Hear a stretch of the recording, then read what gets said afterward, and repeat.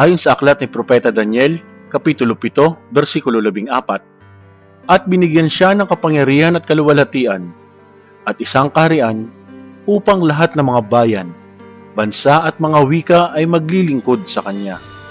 Ang kanyang kapangyarihan ay walang hanggang kapangyarihan na hindi lilipas at ang kanyang kaharian ay hindi magigiba. Sa kabanatang ito ng aklat ni Propeta Daniel ay isang patunay na ang paghahari ng Panginoong Hesukristo ay para sa lahat at para sa bawat isa sa atin. Siya nga ang Panginoon ng mga Panginoon, Hari ng mga hari, tulad ng inaawit ng koro sa Hallelujah ng musikong si George Frederick Handel. Ang Panginoong Hesukristo ay nagnanais na maging Panginoon natin hindi upang sirain ang ating kalayaan, kundi upang dalisayin at payubungin ito. Ang paanyaya ng Panginoon sa buhay na ito habang may panahon pa upang maghari nga siya sa ating sariling buhay ay isa ring paanyaya upang tayo'y lumigaya sa kabila ng hirap ng buhay. Nasa sa atin iyon kung tatanggapin ba natin ang kanyang paanyaya. Ang mga nasa ilang kilusang may karisma o kilalang tinatawag na charismatic movements ay minsan may inaawit na Maranatha.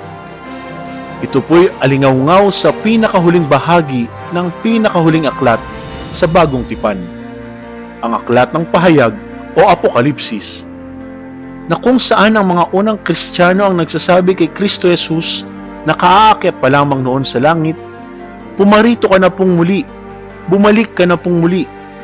Kumbaga, Maranatha, sa kasabikang siya'y makita ng muli. Sa banal na Eucharistia, maaalala nawa natin na si Kristo nga'y muling pumapanaog at nananahan sa atin sa anyo ng tinapay na nagiging katawan niya. Siya, tulad ng totoong mangingibig, ay babalik at babalik sa kanyang iniibig upang lalong pagtibayin ang kanyang paghahari sa atin. Lahat tayo ay nasasakupan ng kaharian ng Diyos, maging bata, matanda, mayaman, mahirap, Kristiyano, Muslim, Iglesia, mangyan, aita, o iba pang klase ng tao. Para sa Diyos, lahat tayo ay kabilang o may lugar sa kanyang kaharian. Siya ay Diyos hindi lamang ng iilan, kundi ng lahat. Mayroong isang batang protestante ang tinanong ng isang pari, "Kilala mo ba siya?" Sabay ipinakita ng pari ang larawan ni Jesus. "Opo, kilala ko po siya at hindi ko po siya malilimutan, sapagkat siya po ang yumakap sa akin noong panahong pinatay ng masasamang tao ang aking mga magulang." Ito ay isa lamang patunay na ang ating Diyos ay para sa lahat. Siya'y patuloy na maghahari sa atin kung siya'y patuloy nating tatanggapin sa ating buhay. Sinabi nila, "Pinagpala ang haring dumarating sa pangalan ng Panginoon.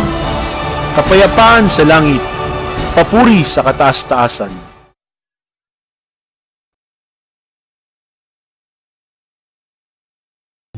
Sumasampalataya ako sa Diyos, amang makapangyarihan sa lahat, na may gawa ng langit at lupa.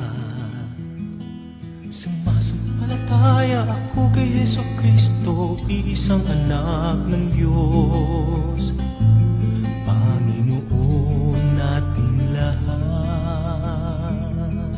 Nagkatawang tao siya, lalang ng Espiritu Santo, ipinanganak.